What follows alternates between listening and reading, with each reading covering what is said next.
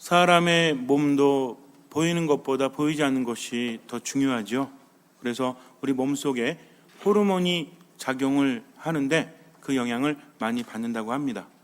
겉으로 볼 때는 말짱해도 호르몬에 문제가 생기면 굉장히 힘들어질 수도 있다는 거죠. 그런데 그 호르몬 중에서 혹시 행복 호르몬이라고 들어보셨어요? 또 스트레스 호르몬이라고 들어보셨습니까? 스트레스 호르몬이 있고 행복 호르몬이 있다고 합니다. 그래서 정의를 보면 우선 우리가 부정적인 느낌이나 특히 분노했을 때, 부정적인 감정을 느꼈을 때 교감신경계가 자극이 된대요. 그래서 아드레날린 같은 신경전달 물질이 분비가 된다고 합니다. 그런데 이것이 부신을 자극해서 스트레스 호르몬인 코티졸이 분비가 된대요. 그러면 이로 인해서 혈액이 근육 쪽으로 몰리면서 혈압과 혈당이 올라간다고 합니다. 그리고 가슴이 매우 심하게 뛴대요. 그러니까 심장계 질환에 걸릴 수도 있고 당뇨나 또는 고혈압에 걸릴 확률이 크다는 거죠. 그런데 문제는 이런 호르몬들이 처음에는 어떤 경우에 분비가 되다가 그 다음에는 분비되는 속도가 굉장히 빨라진다고 합니다. 그러니까 옛날에는 엄청난 스트레스 받았을 때 굉장히 부정적인 감정을 느꼈을 때 그렇다면 이제는 조금의 부정적인 감정을 느낀다고 할지라도 이런 호르몬이 분비가 빨리 된다는 거죠. 그래서 부정적인 감정은 인간의 몸을 점점 병들게 하고 힘들게 한다는 겁니다. 그런데 행복 호르몬이 있대요. 행복 호르몬은 우리가 보통 알고 있는 도파민, 세로토닌, 또 엔돌핀 이런 거 들어보셨죠? 이런 것들이 행복 호르몬이라고 하는데 이런 것들이 나올 때는 우리 뇌의 다른 부분이 활성화된다고 합니다. 그래서 축두엽 중에서 쾌락중추라고 있대요. 이것이 좀 활성화되면 우리 안에서 행복 호르몬이 나와서 근육을 이완시키고 그리고 기분을 좋게 만들어서 행복을 느끼게 한다고 합니다. 근데 재밌는 건 뭐냐면 그런 행복을 느끼고 불행을 느끼는 것이 어디서부터 시작이 되냐면 머리부터 시작이 된대요. 그러니까 어디서부터? 뇌에서부터 시작이 된다고 합니다. 우리 보통 그렇죠. 맛있는 것을 먹으면 기분이 좋아지죠? 왜 이러시나? 그리고 좀 이렇게 좀 포근포근이 아니라 뭐죠? 이렇게 뽀송뽀송한 데서 잠을 자면 기분이 어때요? 굉장히 좋아지지 않습니까? 그러면 자기도 모르게 행복하다라고 느끼죠. 언제 행복하십니까? 밥 먹을 때? 또는 운동해서 땀을 흘릴 때? 여러 가지 경우가 있죠. 그럴 때 우리 몸의 증상이 어때요? 증상? 말이 좀 이상한데 근육이 경직됩니까? 이완됩니까? 이완되면서 행복을 느낀다는 거죠. 그래서 몸도 행복감에 많은 영향을 주는데 이것이 시작이 되는 것이 뇌인데 처음에는 좋은 것을 보거나 좋은 어떤 냄새를 맡거나 좋은 느낌을 가질 때 행복하다라는 생각이 들어서 뇌가 움직이는데 조금씩 인생을 살아가면서 똑같은 것을 보더라도 어떤 사람은 스트레스 호르몬이 어떤 사람은 행복 호르몬이 나온다고 합니다. 이게 기가 막힌 거죠. 그러니까 똑같은 상황에서도 감정이 달라진다는 겁니다. 부정적이기도 하고 긍정적이기도 한다는 거죠. 그래서 불평하는 사람은 뭔가 좋아도 불평하죠? 그런 거 들어보셨어요? 근데 불평이라는 것은 옆에서 듣는 것도 힘들지 않습니까? 불평이라는 것은 자기만 힘들게 하는 것이 아니라 다른 사람들도 힘들게 한다는 거죠. 근데 아까도 말씀드렸지만 정말 재미있는 것은 재미는 사실 없어요. 자꾸만 주변 환경이 아니라 그 사람 때문에 바뀌어 간다는 겁니다. 시작은 어디서부터 한다고요? 시작은 머리, 뇌에서부터 시작을 하는데 이 뇌가 세상을 객관적으로 바라보는 것이 아니라 사람들 뇌마다 다르다고 합니다. 그러니까 어떤 사람 뇌는 행복하게 받아들이고 어떤 사람 뇌는 불행하게 받아들인다는 거죠. 똑같은 사건을 두고도. 그럼 여러분들은 습관적으로 행복하게 자주 받아들입니까? 아니면 불행하게 자주 받아들입니까? 행복하게? 그러면 행복하게 잘 받아들이는 사람은 어떤 사람일까요? 이런 사람들은요, 면역력이 높대요. 그리고 삶의 가치를 깨달아서 점점 더 행복해진다고 합니다. 근데 이 사람들의 특징이 뭐냐면, 가장 큰 특징이 뭐냐면, 어떤 신체적인 특징 이런 거 말고 선행을 잘 베푸는 사람이래요. 그래서 자기만을 위해서 사는 것이 아니라 다른 사람을 위해서 뭔가 베풀 줄 아는 사람이다. 이런 사람들은 우울증 발병 확률이 굉장히 낮아진다고 합니다. 신체적 능력이 60, 70, 80이 돼도 젊은 사람의 신체를 가질 확률이 높아진다고 그래요. 그런데 불평하면서 이렇게 하는 사람은 면역력이 떨어지고 점점 늙어진대요. 그러니까 나이보다 더 늙어 보인다는 거예요? 아니면 더 젊어 보인다는 거예요? 여러분들은 동안이십니까? 노안이십니까? 네, 동안으로 사셔야 돼요. 그런데 뭐 화장을 하거나 또는 머리를 손보거나 이런 건 한계가 있죠. 그래서 중요한 건 뭐냐면 내가 어떻게 살아야 된다? 어떻게? 행복하게. 그런데 행복이라는 것은 어떤 사람에게 많이 보여진다? 또는 어떤 사람이 행복을 많이 느낀다? 선행을 베푸는 사람이 그렇다는 겁니다. 그러니까 아주 간단해요. 가진 것을 가지고 다른 사람에게 베풀면서 살아가면 이게 아주 쉬운 건데 이게 어렵죠. 우리는 기본적으로 놓으려고 하는 것이 아니라 움켜잡으려고 하는 못된 습성이 있기 때문입니다. 누구에게나 있어요. 그래서 삶에 대해서 자꾸만 생각하셔야 돼요. 내 삶이 이래도 좋은가? 정말 나만을 위해서 살아야 되는가? 그래서 계속 생각하다 보면 우리 마음속에서 생각이 바뀌어지게 됩니다. 근데 이것이 단순히 그냥 생각만 하는 것이 아니라 우리 신앙인들에게 있어서는 너무나 당연하다는 거죠. 왜냐하면 예수님께서 비유로 말씀하실 때, 또 오늘 제1독서에서 이사야서를 통해서 우리가 함께 묵상을 했지만 우리 모두는 뭐냐면 소작인이나 또는 포도나무에 비유되어진다는 겁니다. 포도나무는 열매를 많이 맺죠. 포도는 한 송이만 해도 열매가 굉장히 많지 않습니까? 그런데 좋은 땅에다가 좋은 포도나무를 심었는데 들포도가 열렸어요.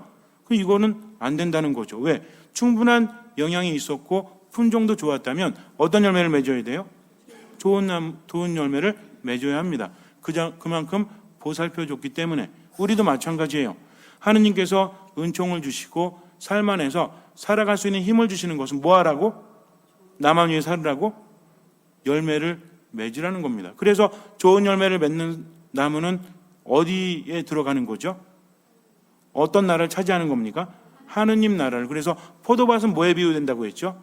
하느님 나라에 비유된다고 했습니다. 거기 포도나무가 열매를 맺는다는 것은 이미 하느님 나라를 살고 있기 때문에 좋은 열매를 맺을 수밖에 없다라는 거죠. 우리도 마찬가지입니다. 내가 지금 행복하다는 것은 좋은 열매를 맺었기 때문에 행복한 거예요. 물론 어떤 물건을 사거나 이런 행복 말고 기본적으로 흔들리지 않는 그런 행복을 말하는 겁니다. 이런 행복이라는 것은 분명히 선행을 베풀 때 하나님의 뜻대로 열매를 맺을 때 가능하다는 거죠. 근데 이것은 억지로 되는 것이 아니에요. 그래서 요즘에 학자들은 연구하는 걸 좋아하죠. 선행을 많이 하는 사람의 기본적인 마인드가 무엇인가, 생각이 무엇인가를 살펴봤더니 그렇지 않은 사람보다 좀 다른 게 있는데 이것이 무엇일까요? 이런 사람들은 웬만하면 내 모든 일에 뭐 하죠? 모든 일에 뭐 합니까? 감사하다는 겁니다. 감사하는 것도 능력이래요. 정말 대단해서 감사하는 것을 살펴보면 그냥 억지로 하는 것이 아니라 감사할 거리를 잘 찾는다고 합니다. 텔레비전 프로 중에 생로병사라는 곳이 있는데 예전에 한번 본 적이 있습니다. 그런데 보다 보니까 그렇게 집안에 십자가가 있고 성모상이 있어요. 저는 보통 채널을 돌리다가 십자가나 성모상이 보이면 계속 보게 됩니다. 여러분들 그러세요? 왜 그렇죠? 천주교 신자니까 그렇겠죠. 그래서 좋은 얘기가 나오나 안 좋은 얘기가 나오나 봤더니 한 여인이 병에 걸렸는데 병원에서도 포기했습니다. 그래서 이제 마지막을 준비하는 것이 좋을 것 같다고 말을 했어요. 근데 이 여인은 딸과 매우 사이가 안 좋았습니다. 근데 불치병에 걸리고 가망이 없다라고 하니까 딸조차도 어때요? 여러분들 엄마랑 사이 안 좋은 딸이 엄마 병에 걸렸으면 빨리 가세요 그래요? 아니죠. 마음이 더 무겁고 이럴 줄 알았다면 더 잘해드렸을 텐데 라는 후회를 하지 않습니까? 그래서 딸이 엄마를 위해서 뭔가를 해드려야 되는데 너무나 슬픈 거죠. 근데 해드릴 게 아무것도 없습니다. 왜? 이제 마지막 판정까지 받았기 때문에. 그래서 딸이 뭘 하냐면 엄마한테 편지를 쓰는데 1번부터 100번까지 해서 이러이러한 것에 대해서 감사합니다. 엄마가 이렇게 해주셔서 감사합니다. 거기서 나온 예 중에 하나 기억나는 게 뭐냐면 남자는 외모가 아니라 그 안에 있는 마음이 중요하다는 것을 알려주셔서 엄마 감사합니다. 이런 내용을 비롯해서 100가지를 썼다는 거죠. 처음에는 100개를 쓸 생각이 아니었대요. 근데 쓰다 보니까 100가지까지 되었다고 합니다. 이 편지를 엄마한테 준 거죠. 이것을 읽은 엄마는 어땠을까요? 감동을 느끼겠죠. 그리고 딸에 대한 분노 또는 미움 또는 섭섭함 이런 것들이 눈 녹듯이 사라집니다. 그래서 엄마도 이제 감사할 거리를 찾기 시작을 해요. 딸과 함께 감사일기를 쓰기 시작을 합니다. 그로부터 몇 달이 지났을 때 기적이 일어나기 시작해요. 백혈구 수치가 떨어지기 시작을 했고 몸이 좋아지기 시작합니다. 그리고 몇 년 후에는 완전히 정상인과 똑같은 수치가 되었다고 합니다. 그래서 마지막을 준비하라고 했는데 지금도 행복하게 살아가고 있다는 거죠. 거기서 의사가 그런 인터뷰를 해요. 이분이 삶의 태도가 바뀌면서 약도 잘 드시고 받아들이는, 그래서 약이라는 것도 받아들이는 게 있대요. 뭐라고 하는데 잘 기억은 나지 않는데 어쨌든 긍정적인 마음으로 약을 먹게 되면 우리가 보통 플라시보 효과라고 하죠. 어떤 효과가 굉장히 좋아지는 것도 있지 않아요. 이 위약 효과라고 하죠. 가짜 약을 먹고도 신념이 있다면 효과가 있다. 그런데 진짜 약을 마음으로 받아들이면서 감사하는 마음으로 받아들이기 시작을 하니까 몸의 면역 체계가 좋아졌다는 거죠. 그래서 완쾌가 되었다고 합니다. 많은 사람들이 감사 일기를 쓰면서 삶이 나아짐을 체험을 해요. 그래서 시도도 많이 합니다. 혹시 여러분 중에서도 시도하신 분이 계실지 모르는데 감사 일기 이렇게 쓰시는 분 계십니까? 감사 일기는 밤에 자기 전에 쓰는 게 좋대요. 왜냐하면 자기 전에 감사 일기를 쓰고 잠에 들게 되면 자는 동안 그 모든 것들이 뇌 활성화가 더 잘 된다고 합니다.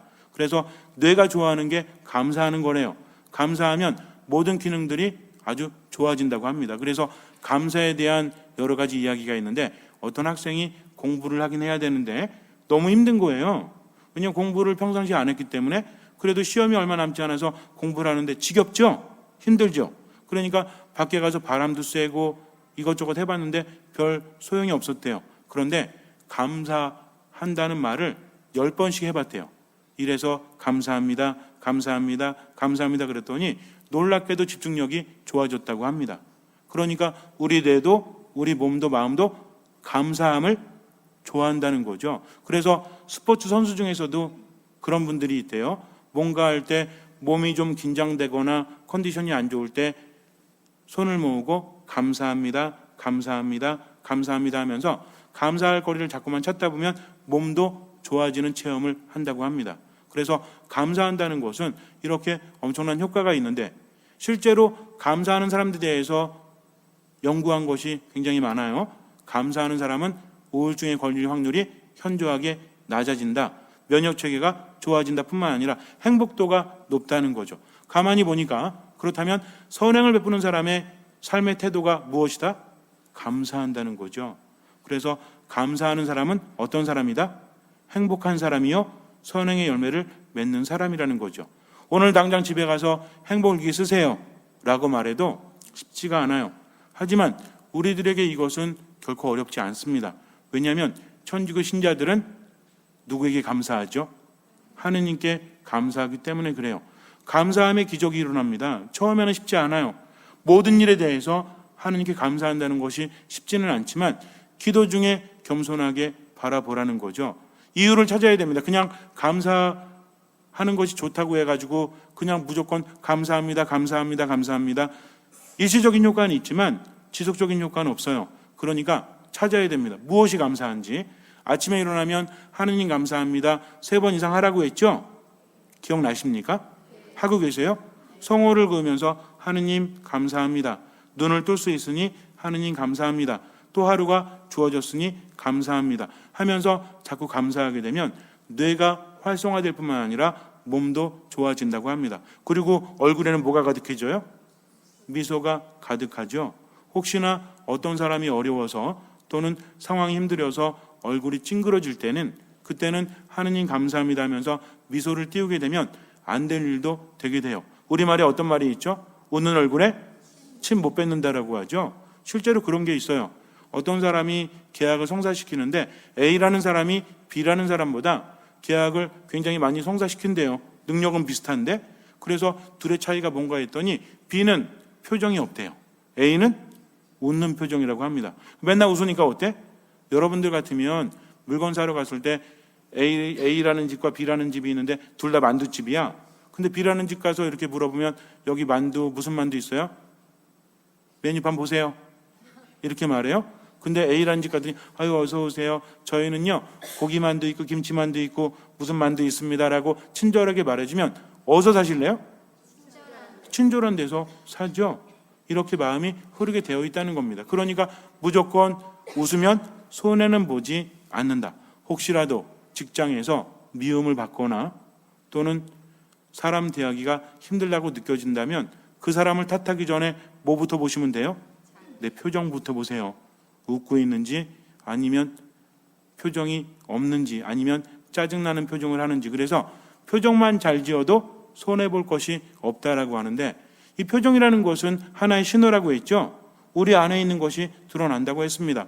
이 얘기 듣고 여러분들이 내일부터 표정 잘 지어야지 될 것 같아요? 안 돼요. 그러니까 뭐 하자? 감사하자는 거죠.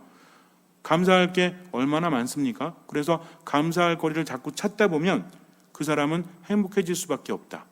일본의 거대 기업의 마스시다 회장이라는 사람이 있는데 이 사람은 하늘의 은혜에 감사하는 게 세 가지가 있대요. 뭐냐면 가난하게 태어난 것, 그리고 건강하지 않은 것, 그리고 못 배운 것, 이 세 가지를 감사한다고 합니다. 말이 안 되죠? 근데 이 사람은 정말 감사한대요. 왜냐하면 가난하게 태어났기 때문에 일하지 않고는 살 수 없다는 진리를 깨달았기 때문입니다. 어릴 때부터 무지하게 허약했기 때문에 건강을 내가 지키지 않으면 안 된다는 진리를 깨달았기 때문에 90이 넘어서도 냉수 마찰을 했대요. 이 사람은 아무리 바빠도 운동을 한다고 합니다. 왜? 그것이 나를 지켜주는 것을 깨달았기 때문에. 세 번째는 뭐냐면 많이 못 배운 거. 초등학교 3학년인가 4학년 중퇴거든요. 그런데도 감사하는 이유는 뭐냐면 내가 만나는 모든 사람들이 나보다 나은 점이 있다는 거죠. 그러니까 내가 못 배웠기 때문에 컴플렉스를 가진 것이 아니라 만나는 사람들 통해서 배우려고 하니까 모든 사람들이 스승이요 지식도 넓혀갈 뿐만 아니라 사람들이 좋아하겠습니까? 싫어하겠습니까? 좋아하죠. 이 사람은 그것을 통해서 많은 것을 얻었다고 합니다. 이렇게 어떤 사람에게는 정말 어찌 보면은 야 내가 부모한테 받은 것도 없고 몸도 허약하고 배운 것도 없고 이 세상 어떻게 살란 말이야 하면서 불평한 것이 아니라 이 사람은 뭐 했다? 감사했다는 거죠. 그러니까 자세가 다르다는 겁니다. 여러분들은 어떠세요? 감사하세요? 아니면 안 감사하세요? 감사하세요? 뭐가 감사하세요? 모든 일에 감사하십시오. 그래서 행복한 사람은요 모든 일에 감사할 줄 아는 사람이죠. 근데 어떤 사람이 감사해지죠? 하느님의 말씀을 듣는 사람들, 듣다 보면 깨달음이 있습니까? 없습니까? 깨달음이 있죠. 그래서 하느님 때문에 나는 살아갈 수 있는 겁니다. 인간적으로는 희망이 보이지 않아도 누구 때문에? 오로지 하느님 때문에. 이게 믿음이에요. 믿음이라는 건 하느님 찬미합니다, 예수 천국 불신지옥 외치면서 성당에만 사는 것이 아니라 삶 안에서 누구의 뜻대로? 하느님의 뜻대로 행복하게 살아가는 거죠. 믿음이 있다면 믿음이 없는 사람과 달라야 되지 않습니까? 조금 힘들다고 불평하고 조금 괴롭다고 절망적이 되고 이런 사람들은 뭐 하지 않는 사람이에요? 기도하지 않는 사람이죠. 듣지를 않는 사람이에요. 미사 안에 온전히 머물지 못하는 겁니다. 아무 의미 없이 그냥 왔다 갔다 하는 거죠. 그러나 진짜 믿음이 있는 사람은 어떤 사람이죠? 듣는 사람이에요. 내게는 절망적이라도 하느님 뭐라고 하셨습니까? 세상 끝날까지 너희와 항상 함께하겠다. 두려워하지 마라. 내일 걱정은 내일이 하도록 맡겨라. 그러니까 하느님만 믿고 최선을 다하는 거죠. 나머지는 하느님께 맡깁니다. 그러면 기적이 일어나게 돼요. 왜? 우리의 생각과 그분의 생각은 다르기 때문입니다. 인간에겐 불가능하지만 하느님께는 모든 것이 가능하기 때문이죠. 그래서 우리 신앙인들은 모든 것에 대해서 뭐 하는 사람? 감사하는 사람. 감사하는 사람은 어떤 마음으로? 듣는 마음으로 기도할 줄 아는 사람. 그래서 삶이 힘들다고 느껴질 때 아니 하느님 당신 계신데 왜 이렇게 힘들어요? 라고 불평하기 전에 왜 힘든 걸까? 내가 뭘 깨달아야 되는 걸까? 하면서 깊이 묵상하게 되면 삶은 달라집니다. 그때부터 우리 뇌는요 모든 것을 긍정적으로 받아들여요. 싫은 사람을 봐도 내 중심을 잃지 않아요. 힘든 상황에서도 중심을 잃지 않습니다. 그러나 이것은 그냥 마음먹기에 따라서 달라지는 것이 아니라 어떻게 할 때? 기도할 때, 말씀 안에 머물 때 어떤 마음으로? 듣는 마음으로 머물다 보면 하느님께서 우리를 보호하시고 치유하신다는 거죠. 오늘 독서 필리피서 보세요. 다 펴보세요. 62쪽에 제2독서 형제 여러분부터 시작하는데 깊이 묵상하면서 잘 읽어보시기 바랍니다. 함께 읽어보도록 할게요. 형제 여러분, 아무것도 걱정하지 마십시오. 어떠한 경우에든 감사하는 마음으로 기도하고 간구하며 여러분들의 소원을 하느님께 아뢰십시오. 그러면 사람의 모든 이해를 뛰어넘는 하느님의 평화가 여러분의 마음과 생각을 그리스도 예수님 안에서 지켜줄 것입니다. 오늘 주무시기 전에 3번 이상 읽어보세요. 정말 기가 막힙니다. 아무것도 걱정하지 말라고 합니다. 어떠한 경우에든 감사하는 마음으로. 왜? 하느님에 대한 신뢰가 있기 때문이죠. 설사 내가 죽을 것 같아도 하느님께 모든 것을 맡겼기 때문에 감사할 수 있는 겁니다. 그렇게 하다 보면 사람의 모든 이해를 뛰어넘는 하느님의 평화가 여러분의 무엇과 무엇을? 마음과 생각을. 이게 뭐죠? 우리 생각과 느낌이라는 거예요. 이거를 보호해 주시고 또 우리를 지켜주시기 때문에 우리는 부정적인 것을 봐도 긍정적으로 여길 줄 압니다. 그렇기 때문에 늘 기적이 일어나는 거죠. 그래서 내일부터는 한숨 쉬지 말고 걱정과 염려하기보다는 뭐 하면 돼요? 기도하면 돼요. 그리고 뭐 하면 돼요? 감사하면 돼요. 그래서 오늘부터 이게 3개월 이상을 해야만 몸에 익어집니다. 그래서 다른 거 몰라도 약속하세요. 내일부터는 아침에 일어나면 무조건 하느님 감사합니다를 무조건 몇 번 한다? 3번 한다. 생각 없이 해도 돼요. 그 다음에 살아가면서 내가 감사할 것이 무엇인지를 7가지 이상 찾는다. 아시겠죠? 자매님들은 거울을 볼 때마다 감사하십시오. 암시 거는 거예요 지금. 자, 뭘 볼 때마다? 거울을 볼 때마다 어떻게 감사하면 돼요? 거울아 거울아, 세상에서 누가 제일 이쁘니? 감사해요, 너무 이뻐서. 이래도 돼요. 어쨌든 감사하시면 됩니다. 형제님들은 뭐 할 때마다? 이 참 남자들이 힘들어요, 그죠? 뭐 할 때마다 할까요? 스마트폰을 볼 때마다? 너무 자주인데. 운전대 잡을 때마다? 차 없는 사람 어떻게 해요? 걸어 다닐 때마다. 자, 형제님들은 문을 볼 때마다. 뭘 볼 때마다? 문을 볼 때마다. 그 화장실 들어갔다 나오면 몇 번 봐요? 2번. 집에서나 그렇죠. 일반 뭐 회사나 커피숍 같은 데서는 큰 문 하나 들어가죠. 또 작은 문 하나 들어갈 수 있죠. 큰 거 볼 때. 그럼 몇 번 보는 거예요? 1번, 2번, 3번, 4번 보는 거죠. 그러니까 하루에 10번 이상 할 수 있겠어요, 없겠어요? 뭐 귀찮으신 분들은 출근하면서 나머지 7번 다 하셔도 돼요. 그렇게 감사하며 살아가십시오. 그러면 삶이 바뀝니다. 그런데 감사만 해서는 안 돼요. 진짜 감사하는 사람은 뭐 하는 사람이다? 선행을 베푸는 사람이니까 베풀면서 살아가면 여러분들이 이미 열매가 많이 맺어집니다. 그러면 하느님 나라에 이미 있기 때문에 행복할 수밖에 없다는 거죠. 선택은 여러분들이 하셔야 합니다. 잠시 눈을 감으세요. 우리는 모두 포도나무입니다. 하느님께서 우리를 보살펴 주시죠. 어떠한 경우에라도 온전히 믿고 판단하지 말고 모든 것을 맡기고 좋은 열매를 맺으십시오. 걱정과 염려 속에서 에너지 깎아먹지 마세요. 일단 맡겼으면 믿고 최선을 다하십시오. 아무것도 걱정하지 마십시오. 어떠한 경우에든 감사하는 마음으로 기도하고 간구하며 여러분의 소원을 하느님께 아뢰십시오. 그러면 사람의 모든 이해를 뛰어넘는 하느님의 평화가 여러분의 마음과 생각을 그리스도 예수님 안에서 지켜줄 것입니다. 아멘.